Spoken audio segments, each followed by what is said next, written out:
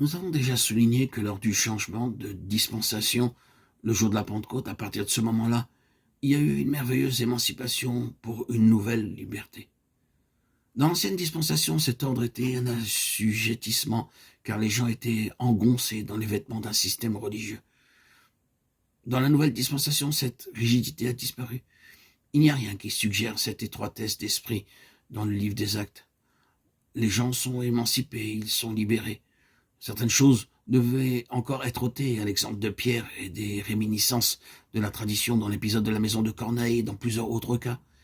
Mais dans l'ensemble, les croyants avaient été affranchis de ce système. C'est le Saint-Esprit qui en était la cause, et il demande que cela soit aussi vrai aujourd'hui.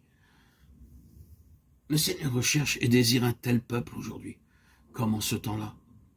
Premièrement, un peuple qui ait la vision, et deuxièmement, un peuple entièrement crucifié, donnant au Seigneur toute latitude pour accomplir son dessein.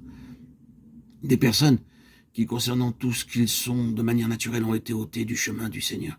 C'est ce que signifie le livre des Actes, que l'homme soit enlevé du chemin du Seigneur, afin qu'il puisse agir librement. Ensuite, le Saint-Esprit, après avoir effectué cette libération, demande que cela soit maintenu.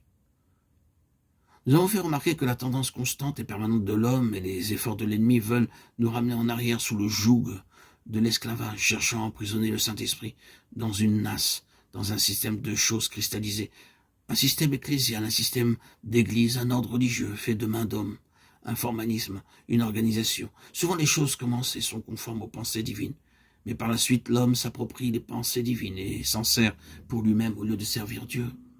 C'est le danger. Et le Saint-Esprit ne veut rien de tout cela. Il ne veut pas aller plus loin que la mesure de liberté que nous lui donnons. Il veut que nous soyons avec lui sur la base de la liberté. Il désire exercer ses droits, car il est l'esprit de la liberté. Il ne veut être limité par quoi que ce soit. Si nous essayons, dis-je, de l'entraver, de mettre des liens sur lui, nous passerons de toute évidence à côté de ce qu'il signifie. Eh oui. Le Saint-Esprit désire que nous ne soyons tributaires d'aucune forme de limitation ou d'économie, que nous soyons un peuple libre pour Dieu. Il n'y a aucun laxisme dans cette liberté. Cela ne donne pas à l'individu le droit d'être un indépendant, autonome, et ne signifie pas que nous allions où bon nous semble pour faire n'importe quoi.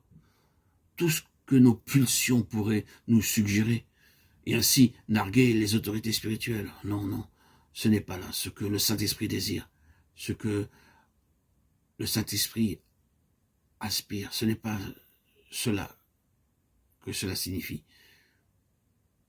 Cela ne signifie pas cela. Mais cela veut dire que le Seigneur ne veut pas que nous cristallisions ce qui vient de lui et que nous le mettions dans un certain cadre en disant « voici les limites ». Nous les mettions dans une boîte.